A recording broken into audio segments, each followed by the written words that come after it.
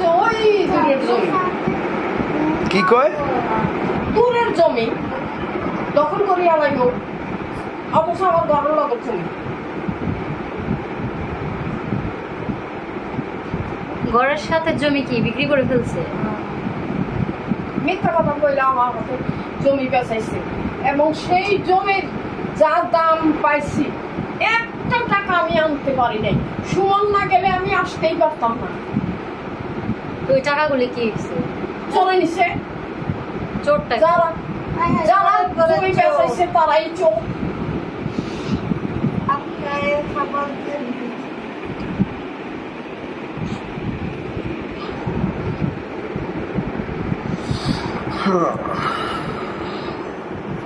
তা হয়তো আপনাকে খাবারের টাকাও পর্যন্ত দিয়ে যায়নি উনি।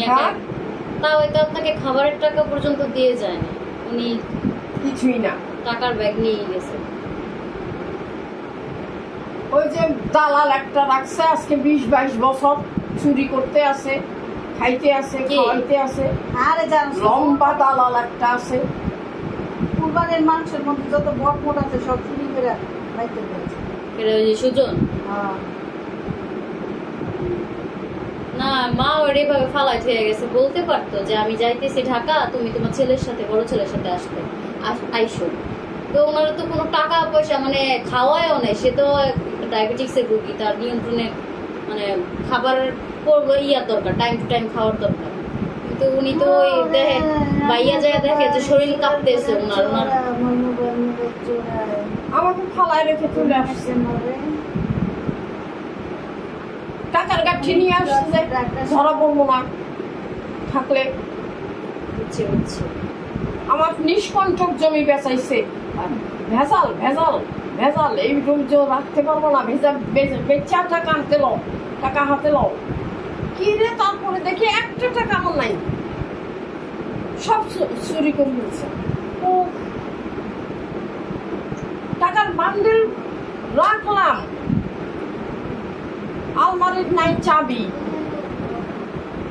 আলমারি তো যা আটকায় রাখবো, আলমারির নাই চাবি। চাবি উকিল সাহেবের কাছে, তোমাকে দেয় না। হ্যাঁ, হয়তো বা সে পাইছে, রেখে দিছে। আমি বালিশের কভারের ভিতরে টাকাটা রাখছি, পরে দেখি কি রে, বালিশের কভারে টাকা গেল কই?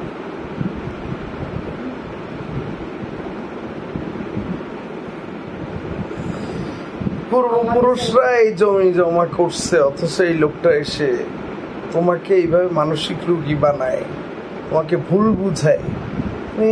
কি যে করলো সিদ্ধি স্নান করে, কিছুই তো করে নাই। যে টাকা সে নিয়ে গেছে, একটা ইট ছেলের জন্য গাঁথে নাই, একটা জমি জমা অল্প কিছুই না, কিছুই করে নাই।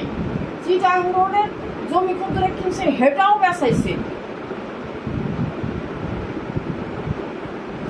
6 কাঠা জমি 12 লাখ টাকা দিয়ে কিনে 15 বছর পরে 2 লাখ টাকা দিয়ে আর ব্যাগ টাকা সুকনের বাপ লইছে।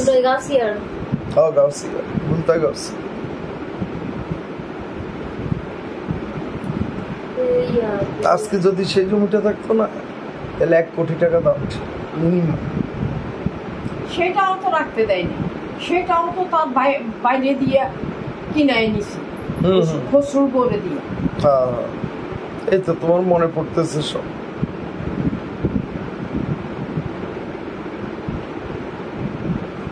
দাদা আসছে তোয়া সাহেবের মেয়েরে, তোয়া সাহেবের সংসারে বেগম তোয়ারে মানে ফতুর বানানোর জন্য। এখন এই বিষয়গুলো তো বহু বছর ধরে চলতেছে না মা, চলতেছে না? হ্যাঁ, কিন্তু তুমি তো কোনো সময় কারো কাছে এসব নিয়ে বিচার চাও না, বা তুমি বলো না মান সম্মানের ভয়ে। বুঝতে পারি নাই তো।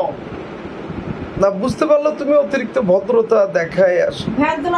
ভদ্রতা দেখাইছি, মানুষ শুনলে কি করবে, জামাই চোর।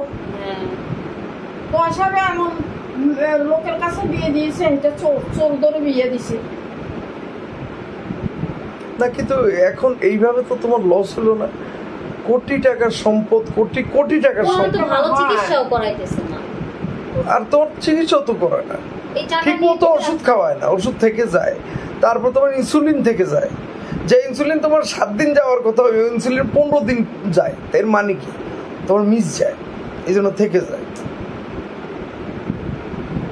তোমাকে যদি ভালো রাখতো, শান্তিতে রাখতো, তোমাকে সম্মান করতো। হ্যাঁ, তাও একটা কথা ছিল, কিছুই না, আরো কালা কালি গালা গালি হালা হালি খানকি মাগি এইসব শুনছি আমি।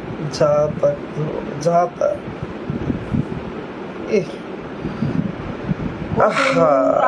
আজকে ভাইয়া বেঁচে থাকলে সে দেখতো তার বড় মেয়ে, আদরের মেয়ের এর মতো একটা বেয়ারির গোষ্ঠী, একটা নিকৃষ্ট একটা লোক তার মেয়েকে কি নিপীড়ন করছে।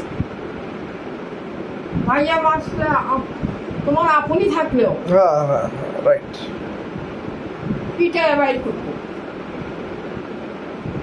একবার তো আপনার বোনের হাতেও মানে মার খাইছে।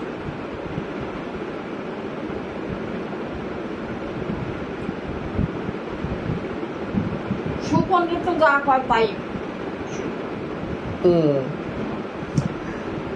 অথচ দেখো তুমি তারে গাড়ি কিনে দিলা এত, কিন্তু লাস্টলি সে বাপ ভক্ত, বাপ যা বলে সেটা বিশ্বাস করে। হ্যাঁ, প্রমাণ দিলেও সে বাপ না না বাপ ছাড়াই তারা। হ্যাঁ সেটাই। বাবুল্লা কি জন্য হঠাৎ রাত্র 3টার সময় আসছে আমি বুঝলাম। হয়তো টাকা ছিল। কতক্ষণ ছিল? রাত্র 3টা না, দুপুর 3টায় গেছে। না না, দুপুরে না, দুপুরে দিনে, রাত্র 3টা। রাত্রেই গেছে। বাড়িতে আইসি, এমনি শুনছি আপনারা এখানে আইসি, এই কথা আমরা করে সাইতাম আইসি। আচ্ছা, ওই 2:30-3টার দিকে গেছে, বুঝছো? আমি বলতে থাকো, খাও, সকালে নাস্তা করে যাই। না না না, সকালে কাজ আছে, আমার কাজ আছে, সকালে কাজ আছে, আমি থাকি।